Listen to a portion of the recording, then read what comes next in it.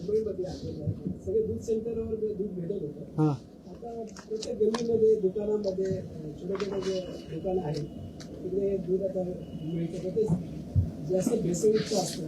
हे असं तुमचं म्हणणं आहे. कुठं असेल तर सांगा, आम्ही करतो. That is what we are expected. Please understand.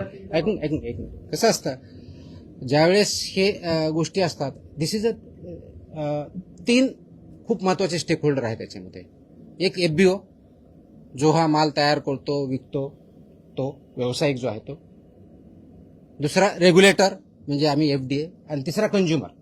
हे तिघांनी मिळून करायच्या गोष्टी आहेत. रेग्युलेटरचा रोल रेग्युलेटर डेफिनेटली करेल. कमी पडत आहोत आणखी इम्प्रूव्ह करू आम्ही, काही प्रश्न नाही. त्यासाठीच आपण हे जे ऑर्डर्स काढतोय, ऑर्डर काढण्याचे उद्देश काय? ऑर्डर काढण्याचा उद्देश एक काय, एफबीओ यांना हे त्या ऑर्डर्स चांगल्या पद्धतीने परत माहीत व्हाव्यात.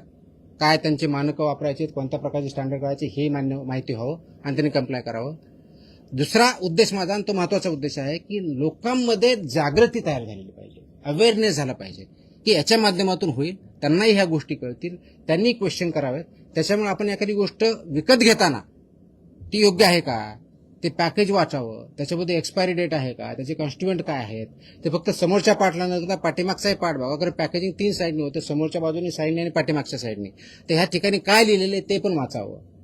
तर ते वाचणं आणि आम्ही रेग्युलेट करणं. तर हे इज अ कंबाईन ऍक्टिव्हिटी. जिथं काही असं असेल तर डेफिनेटली आपल्याला जे मीन्स दिलेले आहेत त्या माध्यमातून आमच्यापर्यंत आलं तर आम्ही कारवाई करू. आम्ही सुमोटोही कारवाई करतो, कंप्लेंटच्या माध्यमातून करतो, इंटेलिजन्सच्या माध्यमातून करतो. त्याच्यामुळं it is a collective responsibility. तर प्रत्येक माणसापर्यंत मी पोहोचू शकत नाही, पण इंडिव्हिज्युअल माणूस आमच्यापर्यंत ह्या माध्यमातून पोहोचू शकतो. कंप्लेंटच्या माध्यमातून, ऑनलाईनच्या माध्यमातून, फोनच्या माध्यमातून तो पोहोचू शकतो. अशा जर काही चुकीच्या गोष्टी घडत असतील तर definitely please point it out.